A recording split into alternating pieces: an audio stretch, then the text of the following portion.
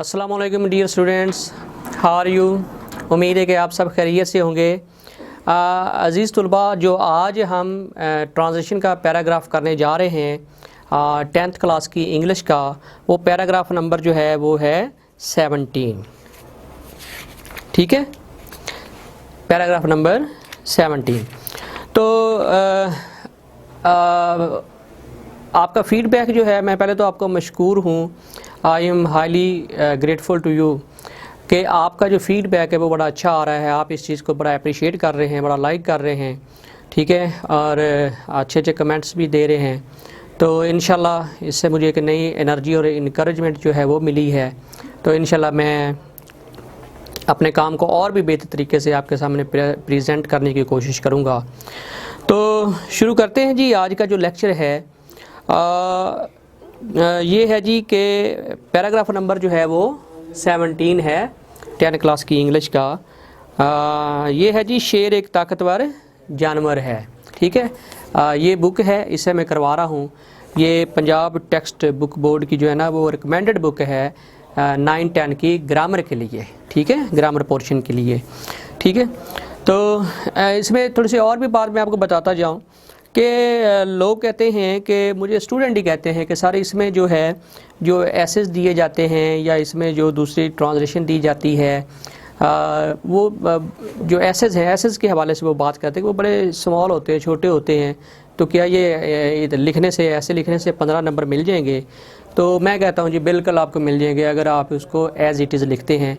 क्यों? उसकी रीज़न ये है कि ये बुक जो है ये प्रेस्क्राइब की गई है पंजाब टेक्स्ट बुक बोर्ड की तरफ से। ठीक है, तो उन्होंने एक स्टैंडर्ड आपको दे दिया है कि अगर आप इतना लिखेंगे तो जो पेपर चेकर है, जो एग्जामिनर हैं, ठीक है, वो आपको 15, अगर आप ऐसे लिखते हैं 15 नंबर का इसके मुताबिक लिखते हैं तो आपको वो 15 में से 15 नंबर ही जो है वो देगा। क्यों?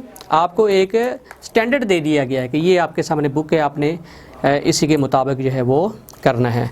हाँ, अगर कोई लेंथी लिखता है तो वो उसकी अपनी मर्ज़ी है। ठीक है, लेकिन ये स्टैंडर्ड बुक है, ये पंजाब टेक्स्ट बुक बोर्ड की जो है वो रिकमेंडेड बुक है। ठीक है, तो हम शुरू करते हैं जी। अपना जो पैसेज है, शेर एक ताकतवर जानवर है। हाँ जी, the lion is a powerful animal. The lion is a powerful animal।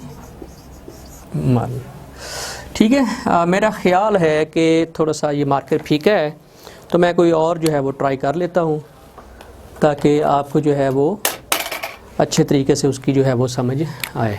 ये देख लेता हूँ मैं। ठीक है, अच्छा जी, ये देखने में बहुत खौफनाक नज़र आता है। ये देखने में बहुत खौफनाक नज़र आता है।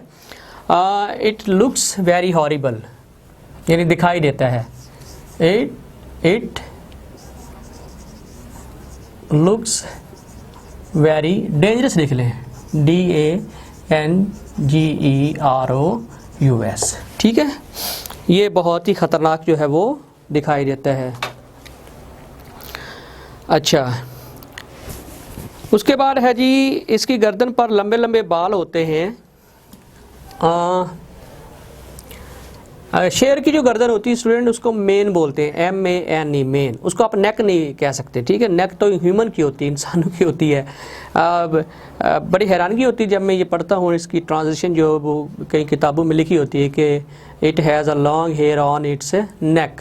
तो नेक जो है ना वो शेर की जो गर्दन है वो देखे ना, उसकी एक ख़ास एक डिस्क्रिप्शन है, उसकी एक फ़ज़ीक है, तो उसको मेन कहा जाता है। ठीक है, it has long hair on its mane. ये मार्कर चेक कर लेते हैं।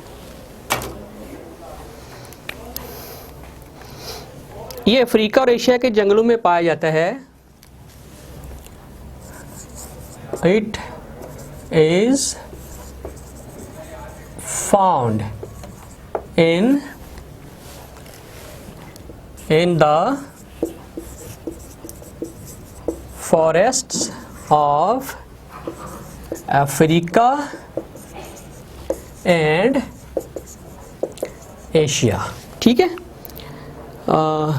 मेरा ख्याल है कि ये मार्कर सही है। ठीक है, इसका जो है डेंसिटी ज़्यादा है, नज़र भी आ रहा होगा आपको। ओके जी, ये गारो में रहता है। इट लिव्स, ये इट जो प्रोनाउन है वो लाइन का है। It lives in caves. Okay, इसे जंगल का बादशाह कहते हैं। ये नहीं कहा जाता कि ये जंगल का बादशाह, इसको पैसे वाइज आप कर सकते हैं। It is called the king of jungle. It is called the king of जंगल।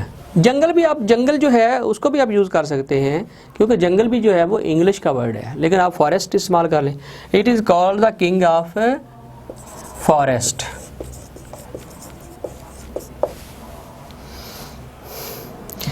अच्छा जी, ये इंसान का बड़ा दुश्मन है, बड़ा दुश्मन है।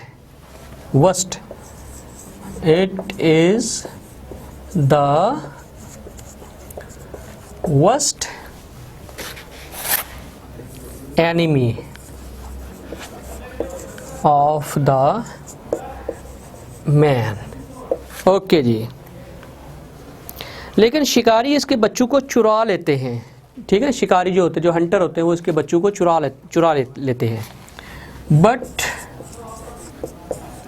द हंटर्स, चुराना की इंग्लिश होती है स्टील। ठीक है, STEAL, स्टील। इट्स, अब जो शेर के बच्चे होते हैं उसको कब्ज बोलते हैं। CUB, कब, S लग गया, ये प्लूरल हो जाएगा। But the hunters steel it's कब्ज। अच्छा, उसके बाद है जी, वो इनको सुधाते हैं और सर्कस में इनसे काम लेते हैं। वो इनको सुधाते हैं। They train them. ठीक है, और सर्कस में उनसे काम लेते हैं, काम लेते हैं। ये पॉजिटिव वर्ब का आप यूज़ करेंगे, मेक का इस्तेमाल करेंगे। And make them work, and make them